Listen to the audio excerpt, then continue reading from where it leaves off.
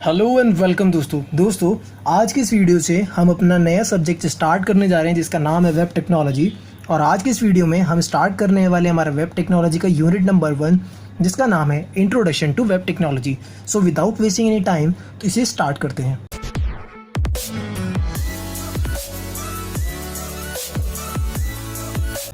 तो सबसे पहले यार हमें इतना तो पता है, हम वेब टेक्नोलॉजी बोलते रहते हैं, वेब के बारे में बोलते रहते हैं दिन भर। और हम मैसिवली आज की डेट में हम बहुत ज़्यादा वेब का यूज़ भी करते हैं। For example social media sites चलाना, या अभी आप वीडियो देख रहे हो तो आप यूट्यूब चला रहे हो, तो ये भी एक वेब एप्लीकेशन है। ठीक है, तो सबसे पहली बात निकल के आती है कि अगर वेब एप्लीकेशन की बात करें, वेब की बात करें, हम एक्चुअल में वेब बोलते किसको हैं? हम बोलते हैं web world wide web, WWW, जिसकी फुल फॉर्म है वर्ल्ड वाइड वेब। इसी को हम शॉर्ट फॉर्म में अपनी डेली लैंग्वेज में वेब बोलते हैं। बट क्या ये वेब इंटरनेट है? नहीं, ये वेब इंटरनेट नहीं है, ये अलग है। ये हम कॉमन लैंग्वेज में अपने रोज़ की बोलचाल में तो बोल देते हैं, बट एक्चुअल में ये दोनों एक ही चीज़ नहीं है, बहुत फ़र्क है। जो इंटरनेट है, इंटरनेट का एक छोटा सा हिस्सा, एक सबसेट है हमारी वेब। अब ये जो वेब है जिसको हम वर्ल्ड वाइड वेब बोलते हैं, ये क्या है और ये किस काम आता है? अब अगर आप बात करो, आप कोई भी वेबसाइट चलाते हो, फॉर एग्जांपल आपने यूट्यूब चलाया, तो आप URL में जाके क्या लिखते हो? अपना ब्राउज़र ओपन करते हो, फॉर एग्जांपल क्रोम ओपन करा आपने, वहाँ पर जाके आप क्या लिखोगे? वहाँ लिखोगे आप www.youtube.com। तो वहाँ से हो क्या रहा है? वो इंटरनेट में आपके पास जो बहुत सारी वेबसाइट्स पड़ी हैं, उस वेब के अंदर जो नेटवर्क है, वहाँ से आप एक वेबसाइट को पिक कर रहे हो और उसको एक्सेस कर रहे हो। तो ये चीज़ हुई हमारी वेब का पूरा फंक्शनैलिटी। अब कुछ और तरीके से देखते हैं, क्या है इनकी डेफिनेशन, क्या है इनके मतलब। The collection of documents connected through links spread out over thousands of computer over the internet is known as world wide web. इसका मतलब क्या हुआ कि आपके यूट्यूब पे, ठीक है, काफ़ी सारे चैनल्स होते हैं। इसी तरह से आपकी किसी और वेबसाइट में, फॉर एग्जांपल फेसबुक, इन सब के अंदर अपने कुछ लिंक्स होते हैं जिससे आप एक पेज से दूसरे पेज पर नेविगेट करते हो। फॉर एग्जांपल अगर यूट्यूब की बात करी जाए, आप किसी एक चैनल से दूसरे चैनल की तरफ भी जाते हो, आप ट्रेंडिंग सेक्शन में जाते हो। तो ये सब क्या है? आप एक पेज से दूसरे पेज पर जा रहे हो। तो इन सब का जो कलेक्शन है, यही कहलाता है पूरा एक नेटवर्क, वर्ल्ड वाइड वेब। ठीक है, और आगे क्या लिखा है? यहाँ पर आगे लिखा है and these pages over the web can be accessed using a web browser. जैसे हमने पहले भी बात करा, अलग अलग तरह के वेब ब्राउज़र का यूज़ कर सकते हो, लाइक फायरफॉक्स, क्रोम, मोजिला, कुछ भी यूज़ कर सकते हो, सफारी। ठीक है, अब इस चीज़ को मैं आपको रिलेट करता हूँ एक रियल वर्ल्ड एग्जाम्पल से। फॉर एग्जाम्पल आप कंसीडर करो कि आप एक लाइब्रेरी में गए हो। ठीक है, अब आप एक लाइब्रेरी में जाओगे, वहाँ पर आप क्या करोगे? वहाँ कोई भी एक बुक आप उठाओगे। ठीक है, ये जो बुक है, आप ये क्यों उठाओगे? आप इस बुक को पिक करोगे क्योंकि जो उसके अंदर के पेजेस हैं, उन पे जो कंटेंट है वो आपके काम का है। ठीक, तो ये लाइब्रेरी को अगर हम कंसीडर करें एक वेब ब्राउज़र, आप वेब ब्राउज़र पे आए, अब वेब ब्राउज़र से आप क्या कर रहे हो? किसी भी वेबसाइट को ओपन करोगे, फॉर एग्जांपल xyz.com या abc.com। अभी जो वेबसाइट है, इनके अंदर अपने पेजेस हैं। जैसे किसी बुक के अंदर अलग अलग चैप्टर हैं, उसी तरह इनके अंदर अलग अलग पेज हैं। फॉर एग्जांपल अगर मैं बात करूं फेसबुक की, होम पेज होता है, फ्रेंड्स वाला पेज होता है। ठीक है, इसी तरह काफ़ी सारे अलग अलग पेज होते हैं अपनी एक वेबसाइट के अंदर। तो ये हुआ रियल वर्ल्ड एग्जाम्पल जिससे आप रिलेट कर पाओगे अपना वेब और लाइब्रेरी। ठीक है, अब आगे बात करते हैं कि यार हमने समझ लिया कि वेब का मतलब तो ये है, बट अब इंटरनेट अगर इससे डिफरेंट है। ठीक है, क्योंकि हमने बोला हमारा जो वेब है ये इंटरनेट का एक सबसेट है। तो यार इंटरनेट क्या है? तो internet is the actual network of networks where all the information reside. अभी जो इंटरनेट है ना, ये पूरा एक जाल है, एक जाल मान लो, जिसके अंदर ये इतनी सारी इंफॉर्मेशन पड़ी हुई है और आप उस इंफॉर्मेशन को वेब के थ्रू यूज़ कर रहे हो, एक्सेस कर रहे हो। ठीक है, अब आगे देखते हैं ये जो इन्फॉर्मेशन है ना, ये आप यूज़ कैसे कर पा रहे हो?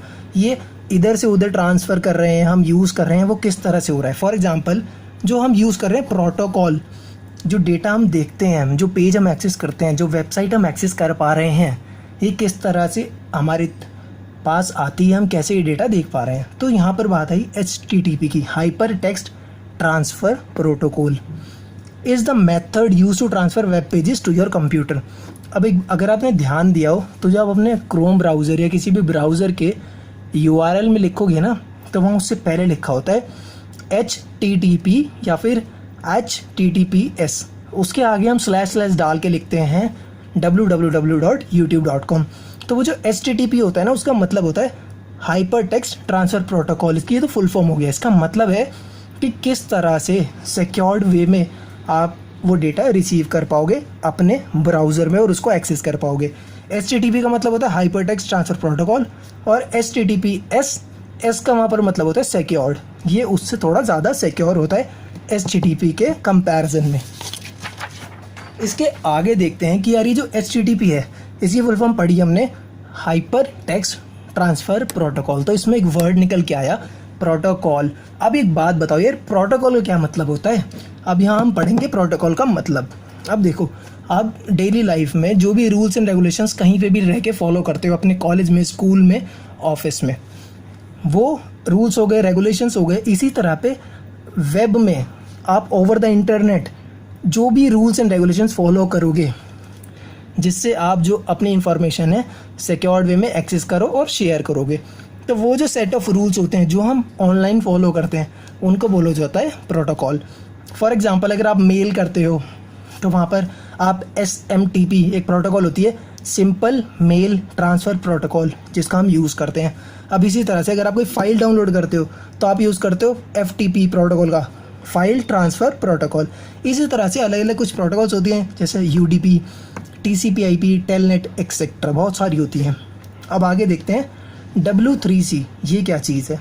अब W3C की अगर फुल फॉर्म बताऊं तो इसकी फुल फॉर्म होती है world wide consortium, world wide web consortium. ठीक है, यहाँ वो मिसिंग है, कोई बात नहीं, वर्ल्ड वाइड वेब कंसोर्टियम। अब आगे देखते हैं इस ये जो बॉडी है, ये जो वेब के लिए बनाई गई है, इसका क्या काम है, ये इम्पॉर्टेंस क्या है इसकी। तो जो वर्ल्ड वाइड वेब कंसोर्टियम है ना, इसमें क्या है, it is an international community. ये एक इंटरनेशनल कम्युनिटी बनाई गई है जहाँ पर जो मेंबर ऑर्गेनाइजेशन है, जो इसकी मेंबर ऑर्गेनाइजेशंस हैं, एंड द पब्लिक, जो ये पब्लिक है, हम लोग हैं, हम लोग यहाँ पर टुगेदर एक साथ काम करते हैं टू डेवलप वेब स्टैंडर्ड्स। मतलब जो ऑनलाइन हम चीज़ें करेंगे उसका एक स्टैंडर्ड सेट करेंगे वो जो मेंबर ऑर्गेनाइजेशन है और पब्लिक मिलके। और इसकी प्राइमरी एक्टिविटी रहती है is to develop and guidelines that ensure long term growth of web. तो यहाँ पर हम वेब की एक तो स्टैंडर्ड सेट करते हैं और वहाँ पे एक लॉन्ग टर्म डेवलपमेंट चलती रहे कि वेब हमेशा सिक्योर रहे लोगों के लिए। ये सब चीज़ें डिसाइड होती हैं हमारी W3C कंसोर्टियम में। ठीक है, इसके आगे देखते हैं, बात है कि वेब सर्वर क्या होता है और वेब ब्राउज़र क्या होता है और इन दोनों में क्या फ़र्क है। तो अगर हम बात करें वेब सर्वर की, तो वेब सर्वर को आप मानोगे वो जगह जहाँ पर जो भी इंफॉर्मेशन आप एक्सेस कर रहे हो वो उस प्लेस पर अवेलेबल है। ठीक है, मतलब अगर उसे आप एक गोडाउन भी मान सकते हो। गोडाउन में क्या होता है, किसी भी अगर फिजिकल गोडाउन की बात करें तो वहाँ पर आप जो भी से सामान है, मान लो स्पोर्ट्स का सामान है, वो उसका गोडाउन है, वहाँ पर बॉल पड़ी हुई है, बैट पड़े हुए हैं, तो आप वहाँ जाओगे, वो सब पिक करोगे और उन्हें यूज़ करोगे। ऐसे ही सेफ सर्वर में क्या है, सर्वर में वेब पेजेस पड़े हुए हैं, जो आप एक्सेस करते हो वो पेजेस के फॉर्मेट में ही आप यूज़ करते हो।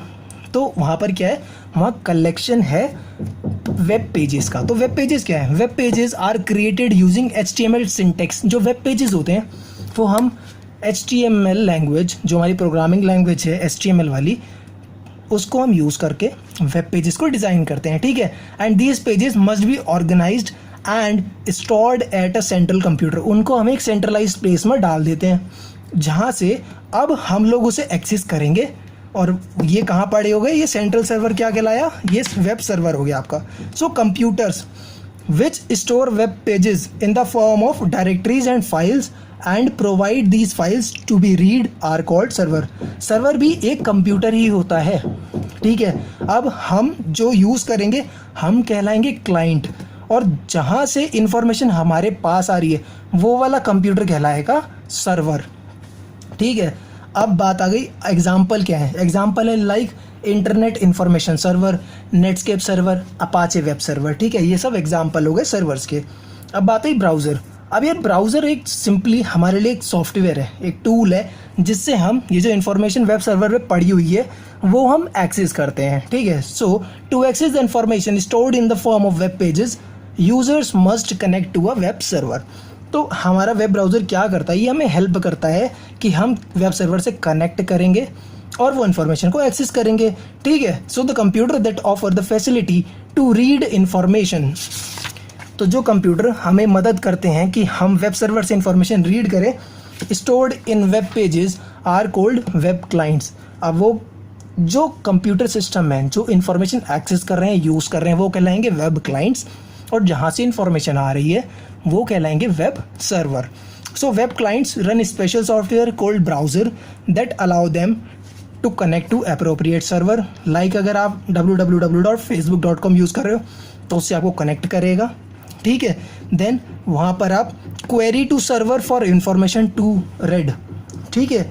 अब वहाँ पर इंटरनली ब्राउज़र के अंदर एक क्वेरी चलेगी, लाइक बैकएंड मानो, जैसे एक होता है फ्रंट एंड किसी भी वेबसाइट का, एक होता है बैकएंड। बैकएंड में क्या होता है, जो सीक्वल की डेटाबेस की क्वेरी चलती है। हिट मारी, अब क्वेरी गई कि मेरे को भैया ये वेबसाइट खोल के दो, ये इन्फॉर्मेशन मेरे को ला के दो। फॉर एग्जांपल हमने फेसबुक का लॉगिन पेज ओपन करा तो वो लॉगिन वाला हमें फॉर्म खोल के देगा। क्वेरी लगी, वो लॉगिन वाला पेज आपको मिल गया। उसके बाद provide an interface to read information return by the server, तो इंटरफेस भी आपको प्रोवाइड करेगा, जैसे लॉगिन फॉर्म आपको खोल के दे देगा। अब वहाँ पर आप यूज़र नेम और पासवर्ड डालोगे, लॉगिन बटन को क्लिक करोगे और आपकी वेबसाइट खुल जाएगी। तो एग्जाम्पल क्या हुए वेब ब्राउज़र के। वेब ब्राउज़र के एग्जाम्पल हैं क्रोम, फायरफॉक्स, माइक्रोसॉफ्ट एज, ऐसे ही काफ़ी सारे हैं, सफारी एक्सेट्रा, ठीक है। अब बात आती है वेब टेक्नोलॉजीज़। यार वेब टेक्नोलॉजीज़ क्या क्या हैं, आप देखो। वेब टेक्नोलॉजी का सिंपल सा मतलब हो गया किसी भी अगर वेब एप्लीकेशन को आप बनाते हो तो उसके बनाने के टाइम पर आप क्या क्या चीज़ यूज़ करोगे, वो सब हो गई वेब टेक्नोलॉजी। अगर हम बात करूँ, मैं एक वेबसाइट बना रहा हूँ तो उसके क्लाइंट साइड टेक्नोलॉजी, मतलब जो उसका फ्रंट एंड है, जो यूज़र इंटरफेस है, उसको बनाने के लिए कौन कौन सी प्रोग्रामिंग लैंग्वेजेस काम आ सकती हैं। उनमें काम आएगी HTML, CSS, जावास्क्रिप्ट, जो फ्रंट एंड डिज़ाइन करने में काम आती है। बात आई सर्वर साइड, मतलब जो बैक एंड डेटाबेस से लिंक करने वाली कौन सी लैंग्वेज आएंगी, वो हो गई आपकी लाइक PHP यूज़ कर सकते हो आप, जावा यूज़ कर सकते हो, पाइथन यूज़ कर सकते हो, और डेटाबेस के लिए MySQL, काफ़ी सारे होते हैं, ठीक है, उनको आप यूज़ कर सकते हो। अब बात है मल्टीमीडिया। मल्टीमीडिया लाइक यहाँ पर एक एग्जांपल है फ्लैश। जैसे ही यूज़ आता है अगर आपको कुछ एनिमेशन क्रिएट करना है वेबसाइट में, और फ्लैश इस काम भी आता है कि आप अपनी वेबसाइट को DB से कनेक्ट, डेटाबेस से कनेक्ट करो, ठीक है। अब आगे बात करते हैं कि वेब डेवलपमेंट स्ट्रैटेजीज़ क्या रहती हैं। जो हम वेब डेवलपमेंट करते हैं उसकी स्ट्रैटेजी क्या रहती है, किस हिसाब से हमें अपनी वेबसाइट को डेवलप करना चाहिए। तो सबसे पहली बात है क्राफ्ट एंड फील। यार क्राफ्ट एंड फील का मतलब पता है सीधा सीधा क्या आ गया, मतलब यूज़र इंटरफेस से आ गया कि जो जिस तरह से उस चीज़ को डिज़ाइन करा गया, जो उसका डिज़ाइन रहा है, ठीक है, और उसको यूज़ करने का प्रोसेस, फील कितना अच्छा है यूज़र के लिए, वो इंटरफेस जो वो सामने देख रहा है, ठीक है। सेकंड बात आई कि मेक योर डिज़ाइन पोर्टेबल। तो यहाँ पर पोर्टेबल का मतलब आ गया सीधा सीधा कि अगर जो आपकी वेबसाइट बनी, आप उसको इस तरह से डिज़ाइन करो, इस तरह से उसकी डेवलपमेंट होनी चाहिए कि वो हर तरह के ब्राउज़र पे रन करे, हर तरह के operating system, for example mac पे भी रन करे, यूनिक्स पे भी रन करे, माइक्रोसॉफ्ट विंडोज़ पे भी रन करे। ये इस तरह से चीज़ें हुई कि वो पोर्टेबल हो, हम किसी भी प्लेटफॉर्म पर उसे ईजीली यूज़ कर पाएँ। तीसरी बात आई, जो तीसरा पॉइंट है हमारा, डिज़ाइन फॉर लो बैंडविड्थ। यार लो बैंडविड्थ का मतलब आ गया कि जिन लोगों के पास जो इंटरनेट है उसकी स्पीड, उसकी क्वालिटी थोड़ी लो है, तो वो लोग भी वेबसाइट को बहुत ही आसानी से एक्सेस कर पाएँ। ये ना हो कि वहाँ पर वेबसाइट लोड होने में जिनका इंटरनेट स्पीड काफ़ी कम है उनको एक्सेस ही ना हो, वो लोड करने में ही वेबसाइट काफ़ी टाइम ले रही हो, ठीक है। अब फोर्थ पॉइंट आ गया, plan for clear presentation and easy access to information. तो जिस हिसाब से आपने अपनी इन्फॉर्मेशन उस वेबसाइट में शोकेस करा है वो बहुत ईजी हो हर एक के लिए कि वो उसे ईजिली एक्सेस कर पाए, ज़्यादा कॉम्प्लेक्स डिज़ाइन ना बना के उसे ईजी टू एक्सेस कॉम्प्लेक्स मतलब ईजी टू एक्सेस डिज़ाइन लेके चलना है कि बंदे को एक तो आसानी से दिखे भी और उसे इन्फॉर्मेशन जो हम कन्वे करना चाहते हैं वो आसानी से समझ भी आए।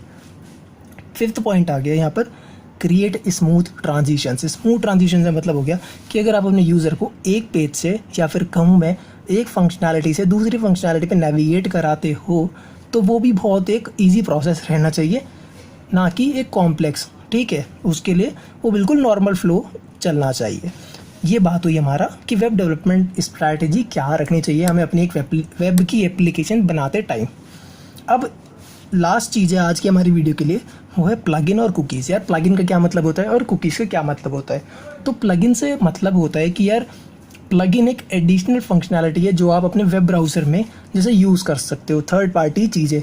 फॉर एग्जांपल अगर आप क्रोम ब्राउज़र में, ठीक है, अपना मेल खोलते हो तो मेल में जो हैंगआउट्स होता है, आप हैंगआउट्स को एक अच्छा व्यू यूज़ करने के लिए आप क्रोम में एक थर्ड पार्टी एक्सटेंशन जो गूगल हैंगआउट्स का एक्सटेंशन आता है उसको यूज़ करके हैंगआउट्स को और अच्छे से देख सकते हो। फॉर एग्जांपल आप अलग प्लगइन भी यूज़ कर सकते हो जैसे स्क्रीनशॉट के लिए यूज़ करते हैं। तो ये सब होता है एक एडिशनल सॉफ्टवेयर।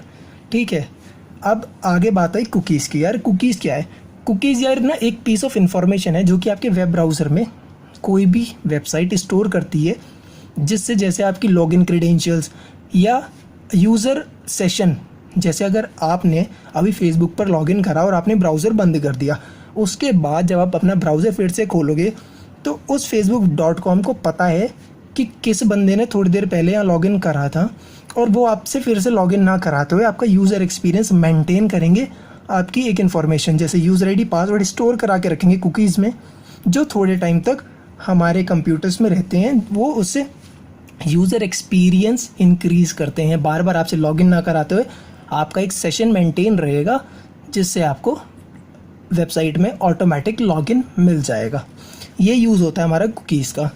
तो आज की वीडियो के लिए दोस्तों इतना ही। आई होप कि आपको जो भी मैंने समझाया है बहुत अच्छे से समझ आया होगा और आपके जो भी सजेशंस हैं उन्हें प्लीज़ कमेंट में मेंशन कर देना। And thank you for watching this video. और अगर वीडियो अच्छी लगी हो तो यार प्लीज़ चैनल को सब्सक्राइब कर देना, वीडियो को शेयर करना अपने दोस्तों के साथ और लाइक कर देना। And thank you for watching this video. Have a nice day, keep rocking, bye bye.